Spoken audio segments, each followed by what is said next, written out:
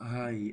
I'm just going to quickly go over animating animating a camera around this chair very quickly. Just go through the stages of that. So I've got my chair imported straight from SketchUp with the camera facing at it. So zoom out. There's nothing in the scene that's out of the ordinary. Just the sun here and the chair and the camera. So what I'm going to do firstly is just draw a path round the chair that I want my camera to follow around. I can see at the moment, just looking at this a bit more closely, that the camera target is away past the chair. So I'll keep that in mind, but I'll draw my camera path out.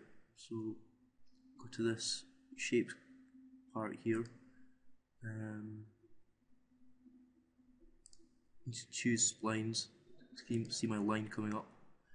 I'll change this so that it's smooth, so I get a curved line right round.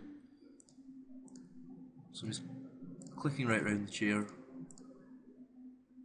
and join that up so it's a constant circle almost right round. Then I'm going to select my camera to attach it to this path. Make sure you select the camera, otherwise that wouldn't work. So my animation, constraints, and then path constraint. If I haven't selected my camera, this line won't come up. That's one thing that you'll notice if you've made that mistake. So I'm just going to attach the camera to this path, and it jumps to it. As I said before, that I noticed that my camera wasn't actually pointing directly at the chair. So if I play this animation here, it'll only just catch my chair when I look through the camera. So I can double check this by going into my perspective viewport and right clicking on to put the word perspective into the cameras. So I'm just catching part of my chair there, which isn't very good. So I'll go back into this viewport and just adjust where the camera is actually pointing at. So just for ease, I'm going to make it point right into the centre of the chair.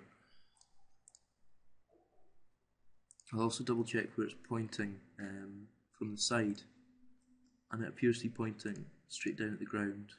So I'm not going to catch any of my chairs. So again, somewhere in the middle of the chair, point that. Also notice that my camera's skirting along the ground. So I can select my track that the camera follows and move that object up, and the camera still sticks to it. So if I play this animation, you can see that my camera's going around my chair. So that's nice and easy. I'll quickly go into slowing the camera path down as well. It's particularly useful if you've got a walkthrough and you want to go around the building quite quickly and then spend a bit of time going into the building.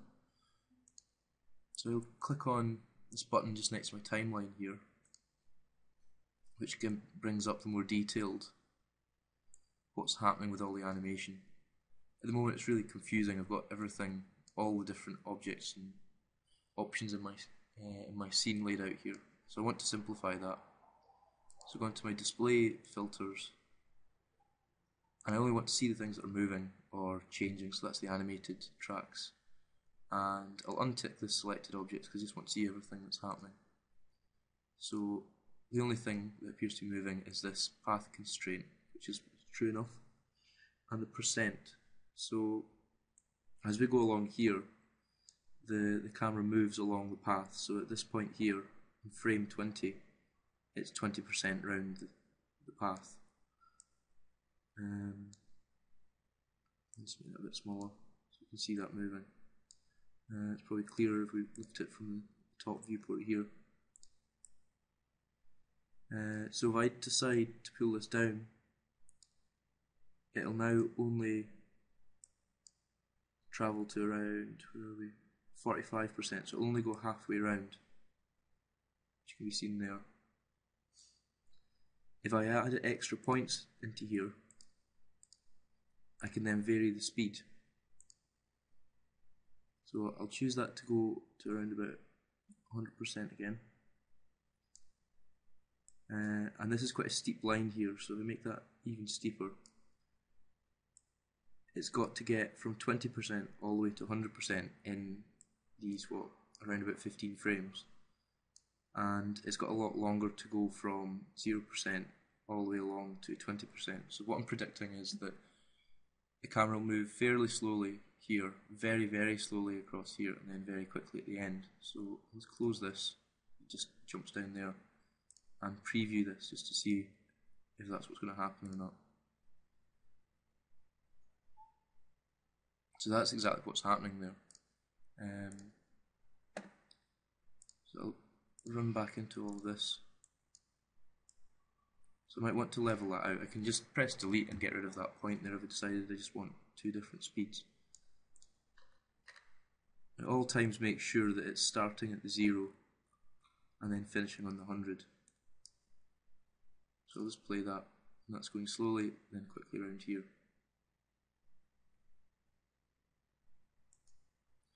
As I say, this is probably more useful for something that doesn't go round in a circle, or something that goes much further out, so you want it to travel quite quickly when it's got a bigger distance to go round. Okay, and that's about that for that one.